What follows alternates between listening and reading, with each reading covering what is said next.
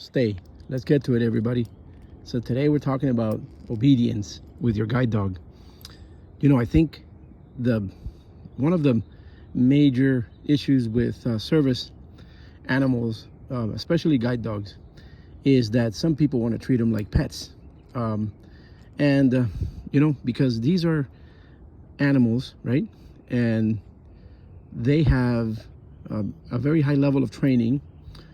It takes about $40,000 to $50,000 to train one of these dogs through a regular school, right? I'm talking about professional training, certified training for somebody to be able to be a handler. Probably takes about 16 months to get them trained, starting at about 7 weeks. And it's an incredible journey for them, full of love, respect, and admiration, obviously, because they first go to a puppy raiser, and then they go to the school to get their final training, and then they get paired with a person like myself to be a guide. But when they get home, right, takes about a year for the bonding to begin. There are some challenges that first year, but the biggest mistake, one of the biggest mistakes that people make is assuming this is a pet. And there he is. He's now getting down. I could feel it in my leash. They say that their emotions, everything travels through their leash. Yes, and it does.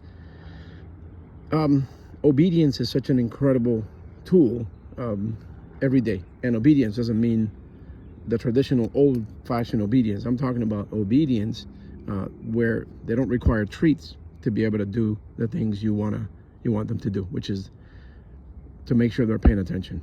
And obedience every day is critical, key to keeping your dog, your guide dog, in the best shape possible in terms of mentally, because they have to be out on the road and they have to make decisions based on your guidance because they're not just guiding you, you are guiding them as well. You're telling them where to go. You know, there's a misunderstanding with people where they think these dogs do everything for you, and they don't. They do a lot, to be quite frank. Okay, sit there. And they do a lot. Good boy. Down. Good boy. Yes. And obedience is key, because if you could tell them the command, right, and they do it, it's because you've kept up the obedience, and it doesn't require treats. It just requires love. That's a good boy.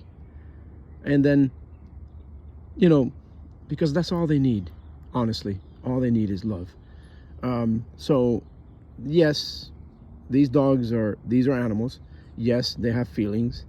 And yes, you have to take that into account. But just remember that in order for them to work well for you, you have to keep the obedience every day. So if you see a service dog barking out on the road, or you see them misbehaving or taking treats or taking food from others, I'll be honest with you, that is nothing like any guide dog I've ever seen in my life. It doesn't happen, and it shouldn't be happening. This is not a critical video. This is a video to let you all know that, hey, you know what?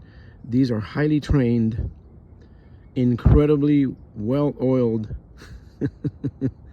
animals that take pride in doing their job. They want to do their job well, and they want to be treated well, and all they want is a little bit of love in return. Of course, these dogs, especially the labs, were born from the stomach in, right? So their highest priority is food, because that's the survival thing. But their other priority is love. They just want attention and love, and they want to be able to do well for you.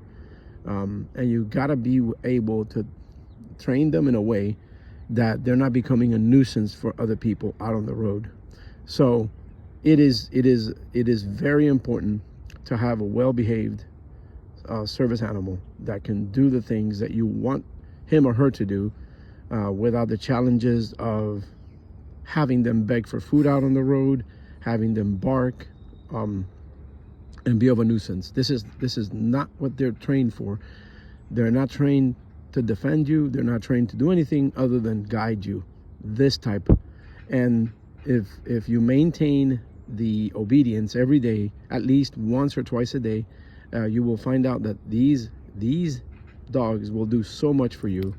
They will definitely take you places that you've never been before. So this is my little contribution to the community for today, because I think that sometimes there's a misunderstanding about how these animals really work and how they really should behave and what they really should be doing out on the road. This is a little preview. I'm going to be coming in here more often to talk about this, but this right here is Okie, and I wanted to introduce him to you because look at how quiet he is. He's sitting down and he's just being himself. They get to a point where they are so calm that nothing bugs them. You know, they won't bark because they don't need to. There's no need for them to be barking and defending anything. Their job is to just be with you and to guide you. All right, everybody, have a great day. And if y'all have any questions, let me know. Thank you.